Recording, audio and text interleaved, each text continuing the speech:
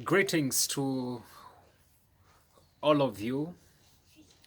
I'm pleased to have this opportunity to have a brief conversation where Africa is concerned.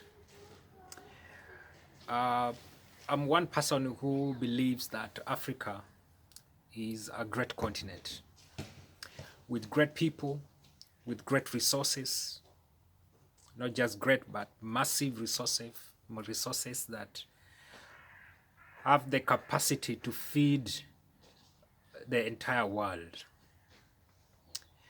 But of course, this is something that has always been said, that Africa has quite a number of resources.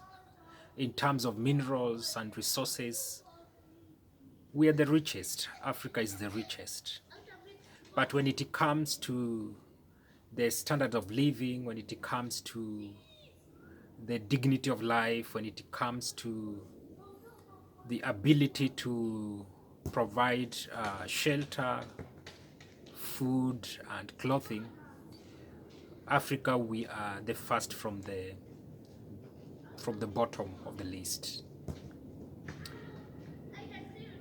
And the first world are the first from the top list. But sometimes we always wonder, why is Africa characterized with turmoils and chaos? Do not misunderstand me. Of course, I know this is not entirely, but the fact remains that, for example, if you look at the North Africa, there is a lot of turmoil. Look at Libya. When you go to West Africa, look at what is happening in countries such as Cameroon. Look at the kind of the military coup that are taking over most of the countries. It is chaotic. There's no order. And now when you come to even the east part of Africa, there's a lot of trouble. Look at what is happening currently in Ethiopia. Look at what has been happening for decades in Somalia. Look at what has been happening in countries such as Burundi and so many other surrounding countries. Notwithstanding is some of the militia groups that have always arose and that have always been used to propagate such a kind of heinous acts. But in this video, I would like to zoom to what is happening in Ethiopia. Currently, there is trouble in Ethiopia, and this is something that we the African and the African nations and maybe the friends of Africans or the friends of Ethiopia needs to do something, and very fast, because the situation is escalating very fast. Ethiopia has not had rest for a few months because of the groups that have arose. For example, the Tigray group that want to take over the country. And this has given the government of the day quite a headache. The Prime Minister Abiy has been running up and down to look for a solution, and it appears the situation has not been so easy with him and his government. And it is just the other day he declared that he has handed over the governance of the country to his deputy, and as he goes out to the front line, to the battle front line, to fight the enemies that are rising and attempting to take over Ethiopia. But you know, something needs to be done very fast, because if something is not done very fast, first and foremost, the internal democracy, the internal freedom of the people of Ethiopia is at stake. And for that matter, something needs to be done urgently. Think of the women, think of the children, and think of the people at large of Ethiopia. They are already confronted with a lot of chaos, a lot of trouble, and if something is not done, then this is going to push this country to great limits that they are going to be quite unbearable. And as you know, anytime there are problems, then children and women are always vulnerable. And for this reason, really something needs to be done quickly so as to safeguard the internal democracy and the internal freedom and the internal safety of the people of Ethiopia at this moment. And as the people, of course, as any other, as everyone, every human has the right, if you allow me to put it that way, to live a dignified life and a suitable life. Of course, with the basic provision such as shelter, food, and clothing. And of course, where there is freedom and where human beings don't feel that their fundamental right of safety is not at stake. So for this reason, really something need to be done urgently. And the other reason why something need to be done urgently, it is because the instability of Ethiopia is going to also cause instability in the region of Eastern Africa and at large entire Africa. When there are problems in Ethiopia, it means they are going to the problem is going to spill over to especially to Kenya, Uganda, and Tanzania, and Sudan, and even other perhaps countries around Rwanda, but especially Uganda and Kenya.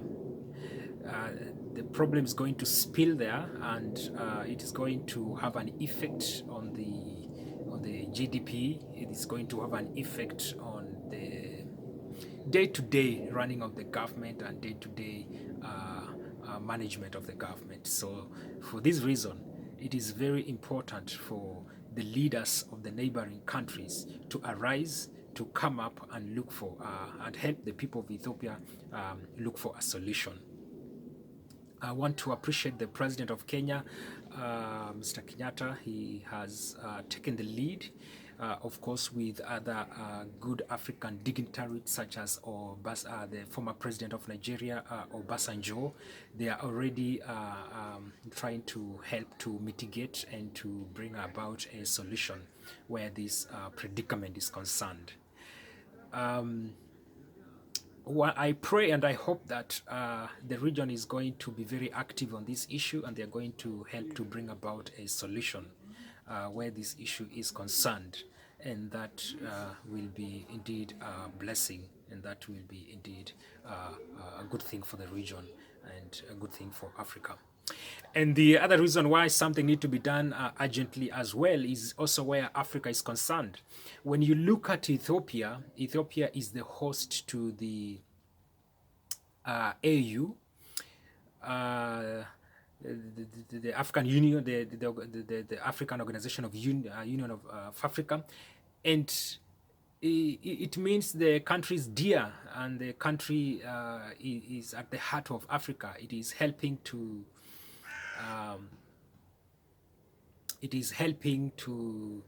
provide the general management of Africa, and for this reason, really something needs to be done quickly.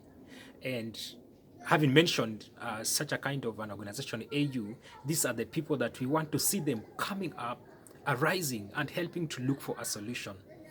We want to see them active, we want to see them involved, we want to see them helping Ethiopia to look for a solution. Actually, and I like the stand of Ethiopia to some extent, that we as the African people, as the African countries, we need to look for our own solutions. So and that is important, because if we look for our own solution, it means we are going to come up with solution that is contextual, that is well befitting the problem that we are going through, because we are the people of Ethiopia are the people that knows exactly what they are going through, and so the people of Africa, they're the one that knows what is happening. Of course, the other nations, like the Western countries, of course it is important for them even to have an hand in it to help to bring about peace in this country. Um, but what we are saying, I would appreciate if they use the African leaders, the African people, the Ethiopian people themselves to look for these solutions, because we have seen from history, most of time when they come in and, of course, with good intention, in good faith, sometime not really in good faith, then they provide a solution that eventually becomes a problem. Of course, we have seen this in other African countries, and that's why I would suggest and hope that if there's any help that is to come from other outside Africa, then it has to be through the African people or through the Ethiopian themselves. Then this will become a blessing, and this will become quite healing in my own view. Ethiopia need to be salvaged. We should not sit down. The people of Ethiopia should not sit down. So the Prime Minister has done.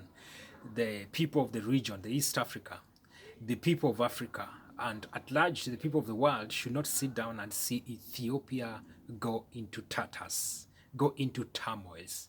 I think history will judge us badly. History will not be fair with us. So something needs to be done, and it needs to be done urgently, for the sake of the people of Ethiopia, and for the sake of the people of the region, and for the sake of the Africa, and at large the world. Otherwise, let's keep praying for Ethiopia. Let's keep praying for the military, that God will help them, God will give them the strategy, and God will help them to conquer the challenge at hand. And let's pray that God will intervene, and God will give them peace, and God will give them what it takes just to bring about peace and to bring about normalcy in this country. Otherwise, we love Ethiopia. We stand with Ethiopia. We stand with the Prime Minister. We stand with the people of Ethiopia. And we are saying, together we are one. And we believe that God will give you victory, and the enemy shall fall. The King bless you, and we are one. God bless Ethiopia, and God bless Africa.